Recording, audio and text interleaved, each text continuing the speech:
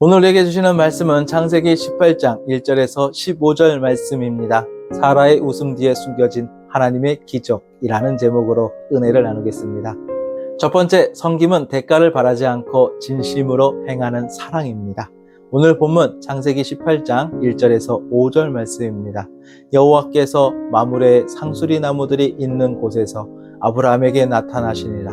날이 뜨거울 때 그가 장막문에 앉아 있다가 눈을 들어 본즉 사람 셋이 맞은편에 서 있는지라. 그가 그들을 보자 곧 장막문에서 달려나가 영접하며 몸을 땅에 굽혀 이르되 내 주여, 내가 주께 은혜를 입었사오면 원하건대 종을 떠나 지나가지 마시옵고 물을 조금 가져오게 하사 당신들의 발을 씻으시고 나무 아래에서 쉬소서. 내가 떡을 조금 가져오리니 당신들의 마음을 상쾌하게 하신 후에 지나가소서. 당신들이 종에게 오셨음이니이다. 그들이 이르되 내 말대로 그리하라. 아브라함은 뜨거운 날씨 속에서 장막문에 앉아 있다가 3명의 사람을 보았습니다. 아브라함은 그들을 지나가는 나그네로 보고 그들이 쉬고 음식을 먹을 수 있도록 도와주고 싶어 했습니다. 아브라함은 정중히 다가가 자신을 낮추며 정중하게 섬기는 태도를 보였습니다. 아브라함은 다시 만날 수 없는 나그네들에게 온 마음을 다해 대접했습니다. 아브라함은 나그네들에게 대가를 요구하거나 약자로 여겨 함부로 대하지 않았고 오히려 정중하게 섬기려 했습니다. 아브라함은 언약 백성으로서 대접하는 자의 섬김이 어떠해야 하는지를 잘 보여줬습니다. 예수님은 섬김 받을 자격이 없는 죄인들을 위해 자신의 생명을 대속물로 주셨습니다. 예수님의 섬김은 사랑과 희생으로 이루어진 완전한 섬김입니다. 우리는 누구를 섬기고 있습니까? 혹시 나에게 도움을 줄 수 있는 사람들만 섬기고 있진 않습니까? 나와 상관없는 사람이라도 진심으로 섬길 마음이 있습니까? 또 누군가를 도울 때 나의 강함을 나타내거나 도우면서 불편함을 주고 있지는 않나요? 우리는 대가를 바라지 않고 진심으로 생각하며 섬겨야 합니다. 두 번째, 존중하며 진심을 담아야 진정한 섬김이 됩니다. 오늘 본문 창세기 18장 6절에서 8절 말씀입니다. 아브라함이 급히 장막으로 가서 사라에게 이르되 속히 고운 가루 3스아를 가져다가 반죽하여 떡을 만들라 하고 아브라함이 또 가축대에 있는 곳으로 달려가서 기름지고 좋은 송아지를 잡아 하인에게 주니 그가 급히 요리한지라. 아브라함이 엉긴 젖과 우유와 하인이 요리한 송아지를 가져다가 그들 앞에 차려놓고 나무 아래에 모셔 섬에 그들이 먹으니라. 아브라함의 요청에 3사람이 허락하자 아브라함은 바로 움직였습니다. 아브라함은 장막으로 들어가 사라에게 고운 가루로 떡을 만들고 가축대에서 가장 좋은 송아지를 직접 잡아서 하인에게 주며 요리하라고 했습니다.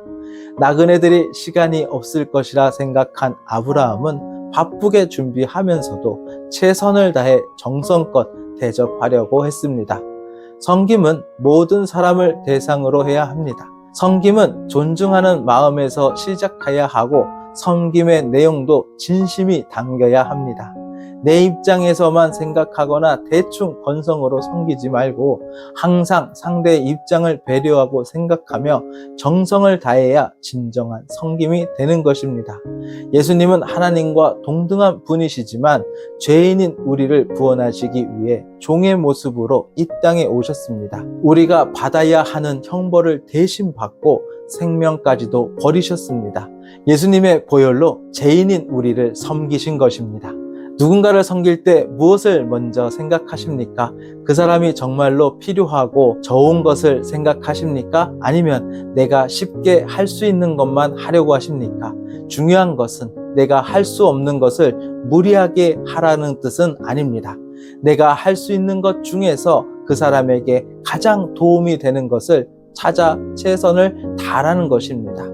섬김에는 희생과 책임이 필요합니다. 돈뿐만 아니라 시간과 몸을 주는 것도 포함됩니다. 예수님께서 우리를 위해 생명을 주신 것처럼 자신을 희생할 만큼 주님처럼 우리도 그런 마음으로 섬겨야 하는 것입니다. 세 번째, 사라의 웃음 속에도 하나님의 약속은 이루어집니다. 오늘 본문 창세기 18장 9절에서 15절 말씀입니다. 그들이 아브라함에게 이르되 내 아내 사라가 어디 있느냐? 대답하되 장막에 있나이다. 그가 이르시되 내년 이맘때 내가 반드시 내게로 돌아오리니 내 아내 사라에게 아들이 있으리라 하시니 사라가 그 뒤 장막문에서 들었더라. 아브람과 사라는 나이가 많아 늙었고 사라에게는 여성의 생리가 끊어졌는지라. 사라가 속으로 웃고 이르되 내가 노쇠하였고 내 주인도 늙었으니 내게 무슨 즐거움이 있으리요. 여호와께서 아브라함에게 이르시되 사라가 왜 웃으며 이르기를 내가 늙었거늘 어떻게 아들을 낳으리요 하느냐. 여호와께 능하지 못한 일이 있겠느냐. 기한이 이를 때에 내가 내게로 돌아오리니 사라에게 아들이 있으리라. 사라가 두려워서 부인하여 이르되 내가 웃지 아니하였나이다. 이르시되 아니라 내가 웃었느니라. 아브라함이 대접한 손님들이 놀라운 소식을 전했습니다.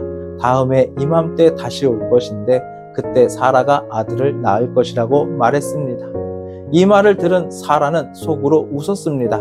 아브라함과 사라가 나이가 너무 많아서 아기를 가질 수 없다고 생각했기 때문입니다. 하지만 손님들은 사라의 웃음을 지적하며 하나님이 약속대로 아들을 주실 것이라고 약속합니다. 이것은 사람의 힘으로는 불가능했지만 하나님께서 가능하게 하신 하나님의 역사이고 기적입니다. 이런 일을 통해서 하나님의 백성은 사람의 능력이 아니라 오직 하나님의 능력으로 만들어진다는 것을 깨닫게 되는 것입니다. 아브라함도 하나님의 은혜로 선택받은 사람이었습니다. 우리도 예수님으로 말미암아 이삭처럼 하나님의 언약 백성으로 삼아 주셨습니다.